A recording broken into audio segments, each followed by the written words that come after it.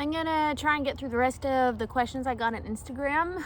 I'm hiding out in my garden from my kids, so hopefully they won't bother me. All right, first one. I'm getting a 30 by 90 greenhouse. What plants are best? I'm assuming you mean feet. If so, that's really big. You know, it's going to depend on your climate. If you're in a really cold zone, you'd have to do supplemental heat, I think, to grow over the winter. But if I had a 30 by 90 foot greenhouse, I would use it to overwinter ranunculus and anemones and like all my hardy annuals. Like, that's what I'd do. I'm interested in the planting timelines, financial breakdown, and more of the business side. Yes. I plan on doing subscriber content. I'm still looking into what platform to use.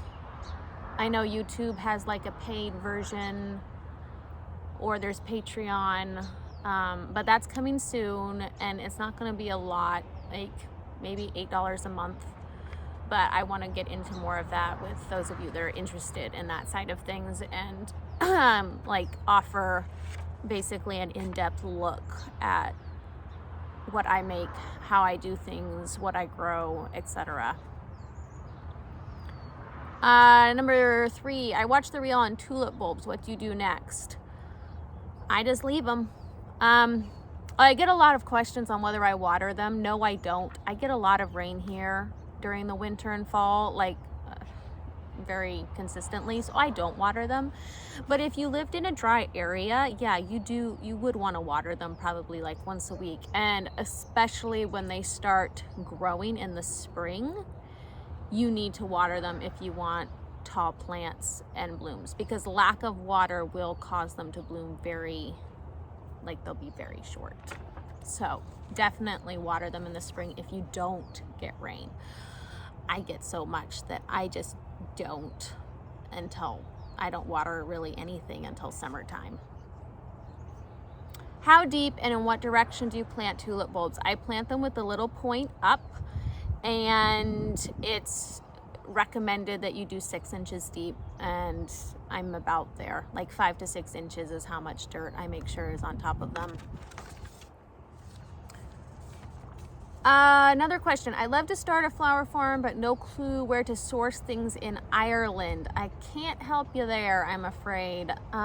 Europe and America are so different in just their rules and regulations about plants that, I mean, I can't buy things from Europe for the most part, at least not without paying like really high shipping and import fees. So, I check like your local nursery centers, or see if there's flower farms in your area that you know, and you can ask them where they get stuff. How do you prepare your soil and keep it healthy? So I follow a no-till method, which I feel works pretty well. I cover crop when I can. But no-till, for those of you who don't know, it's basically the concept of disturbing the soil as little as possible. There's a ton of benefits. A practical benefit is you get less weeds over time because you're not constantly tilling up all the weed seeds that are buried. If you want to watch an expert on it, I recommend Charles Dowding. He's in the UK, and he's someone that I've learned a ton from. He has a YouTube channel. His videos are amazing. I'll make sure I link those below so you can check that out. Would love to see your perennials and care use recommendations. I'll do a video on that. That's definitely a separate video. But I'll do a video on how I approach that. When do I start ranunculus in the fall? Do I succession, and how do I protect them in the winter? Okay, so last year, I did an experiment where I did a succession planting in early September and a succession planting in late October, and I wanted to see if the one in September would bloom earlier, and they both bloomed at the same time. in the spring. So the earliest I'm going to do is like mid to late October, because if they're blooming at the same time, there's no point. And the reason why they bloom at the same time is when ranunculus bloom has quite a bit to do with how much light they're getting during the day. So if you wanted to have them bloom earlier, you would need to provide supplemental light. But yes, I do succession plant, because the bloom window for ranunculus, if you're fall planting, is around 6 to 8 weeks. But I mean, I cut them pretty heavily, so I do anywhere between 3 to 5. So I'm going to do one in late October, I'll do one in November, I'll do one in December, and I'm probably going to do one in January. And the reason for that is it just spreads it out, because you know, a plant's only going to give so many flowers and then it's done. So in my experience, if you're buying the bigger ranunculus corms, which I recommend, so there's like the 3 to 5s and then there's the 5 to 7s. If you can get the 5 to 7s, you'll get somewhere between 5 to 10 flowers out of that plant, and then it's done producing. How do I protect them in the winter? I use low tunnels. I actually just use them made out of rebar stakes and PVC pipe, and then I order greenhouse plastic and I snap that on. Now that works in my climate. If you live in a place where you get a lot of winter snow, I don't recommend that. I would recommend doing something where you have a cross brace all the way across, because these are not designed to handle snow.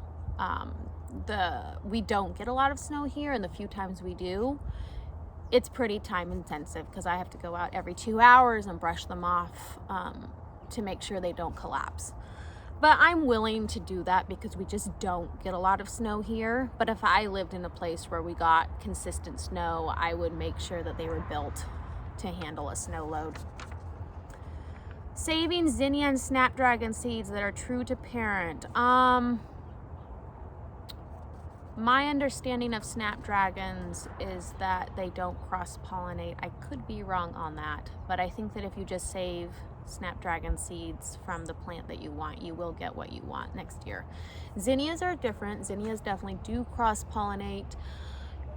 You either need to plant your zinnia types at least 50 feet apart from each other, or you can cover the specific zinnias you want to save with organza bags when they're still in bud.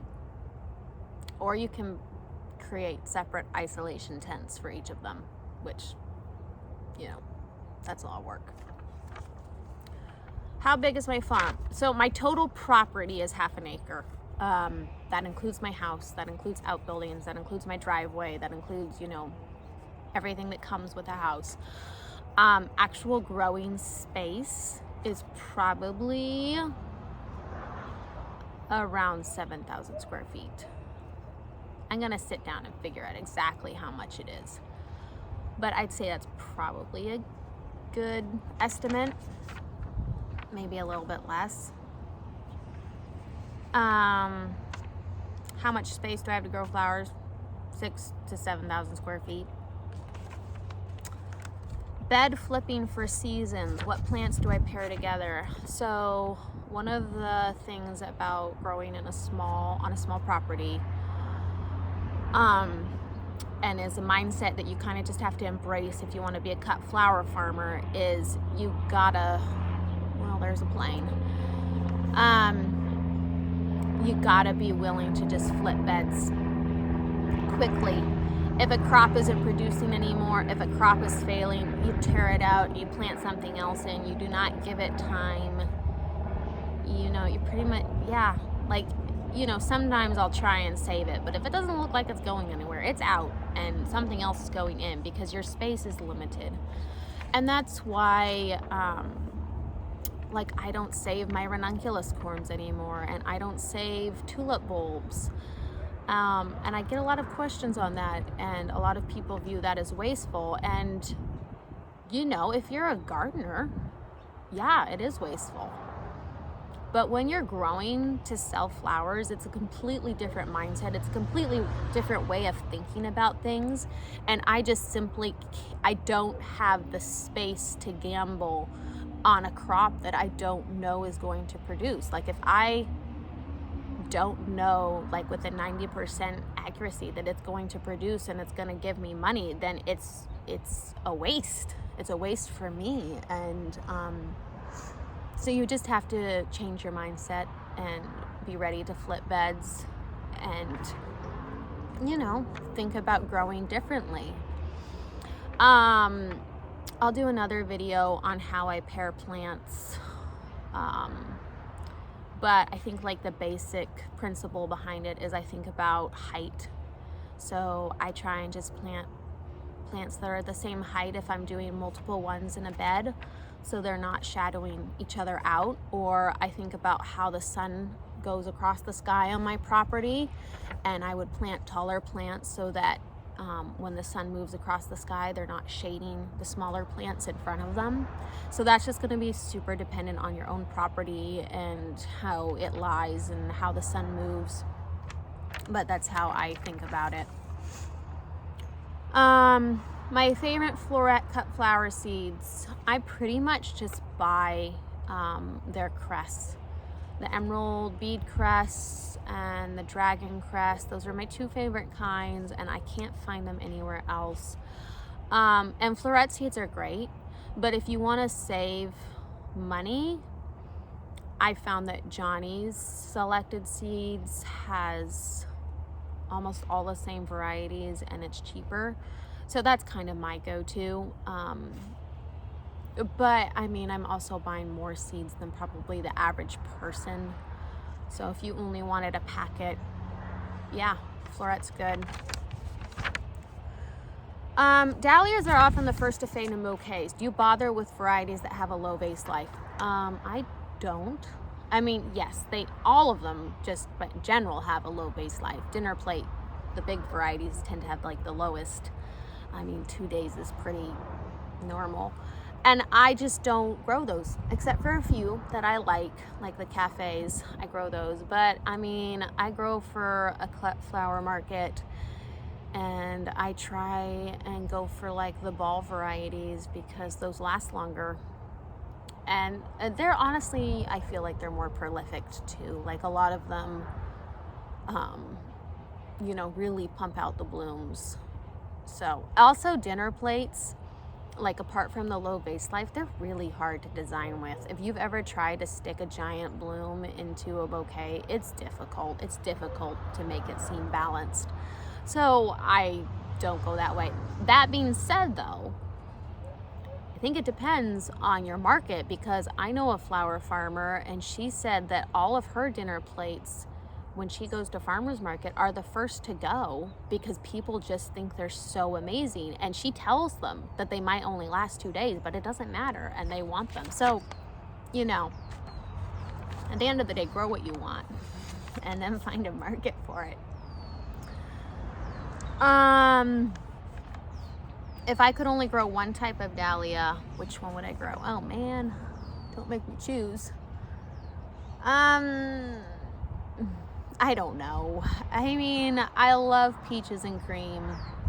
That was my first favorite one. So probably at this point, I take that one, but that's just really hard. Like, I can't pick. Thankfully, I don't have to pick.